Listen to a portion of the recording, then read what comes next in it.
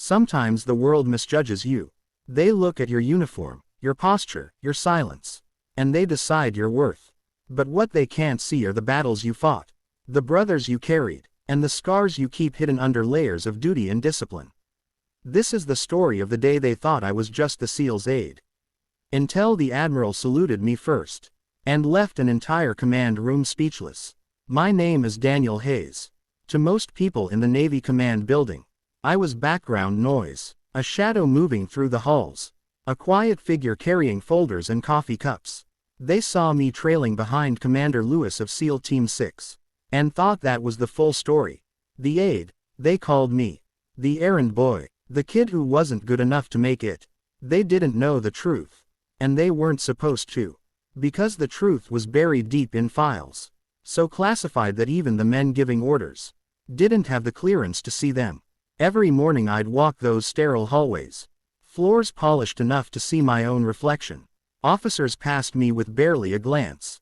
Some smirked, some whispered. I'd hear my name used as a joke in break rooms. But I stayed silent, because silence wasn't just my shield. It was my duty. The Navy teaches you early.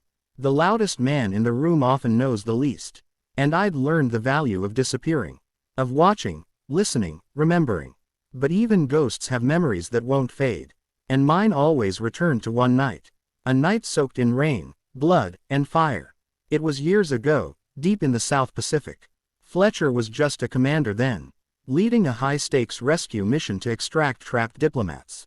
It was supposed to be clean, quick, surgical. But nothing ever goes as planned. Our insertion point was already compromised. The jungle was alive with movement. Enemy scouts crawling through the shadows. The rain was relentless, pouring in sheets so heavy you could barely see your own weapon. Mud swallowed our boots with every step. The air stank of cordite and fear. I was the invisible one, an operator they'd inserted off the record. No official file, no name on the roster. A ghost. We hit the compound just after midnight. Explosions split the sky. Bullets chewed through trees and walls. The screams of the wounded mixed with thunder. It was chaos. When the second blast went off, the roof of the main structure caved in, and Fletcher went down with it, pinned beneath burning debris, his men scattered, communications dead. The mission was collapsing. I remember crawling through fire, hearing him shouting for his team, and I remember thinking, if I don't move now, he's gone. I tore through smoke and flame until I reached him. The air was thick, every breath like swallowing ash.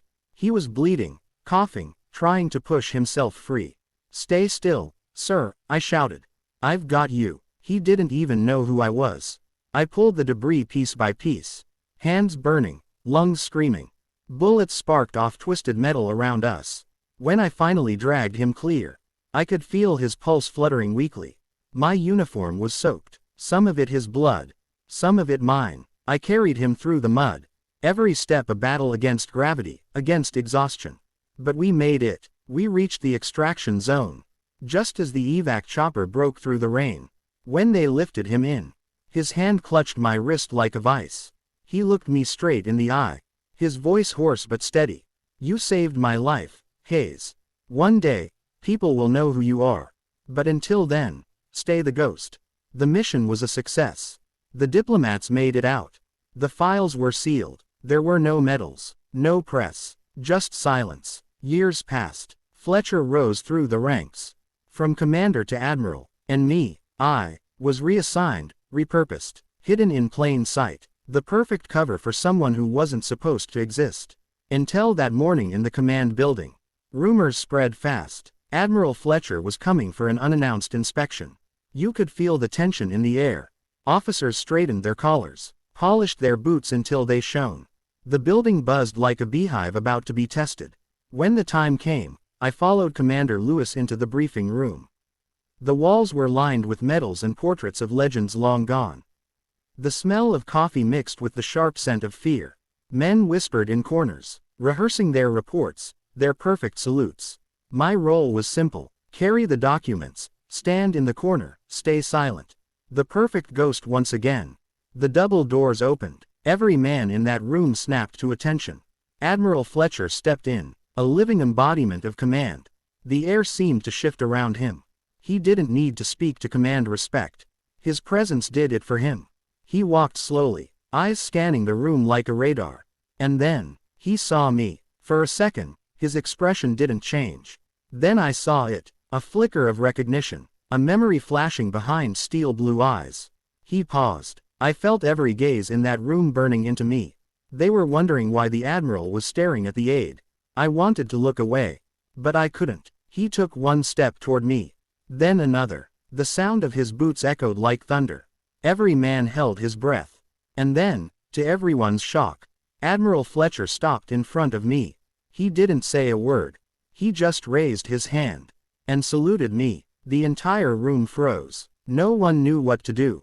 Admirals don't salute aides. That's not how it works. But in that moment, every rule, every protocol shattered. I returned the salute, my throat tight, my chest heavy. It wasn't pride. It was something deeper, a quiet understanding between warriors who had faced death together and lived to remember. Fletcher lowered his hand, then turned to the room full of stunned officers.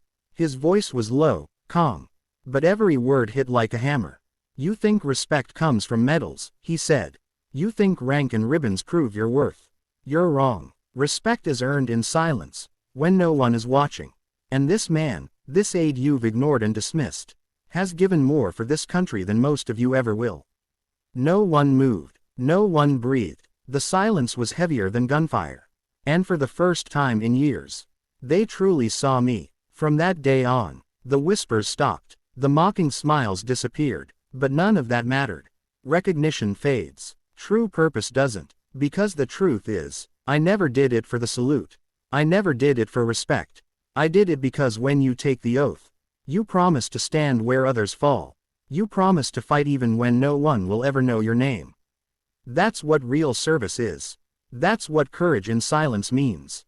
Sometimes it takes a single salute to remind the world. But it takes a lifetime of sacrifice to earn it. They thought I was just the SEAL's aide. Until the Admiral saluted me first. And left them speechless. So the next time you see someone quiet, someone overlooked, someone standing in the shadows, remember this. The strongest warriors don't always wear their stories on their sleeves. Some carry them in silence. If this story touched your heart, don't forget to like, comment, and subscribe. Share it with someone who needs a reminder that true courage doesn't seek attention. It simply endures.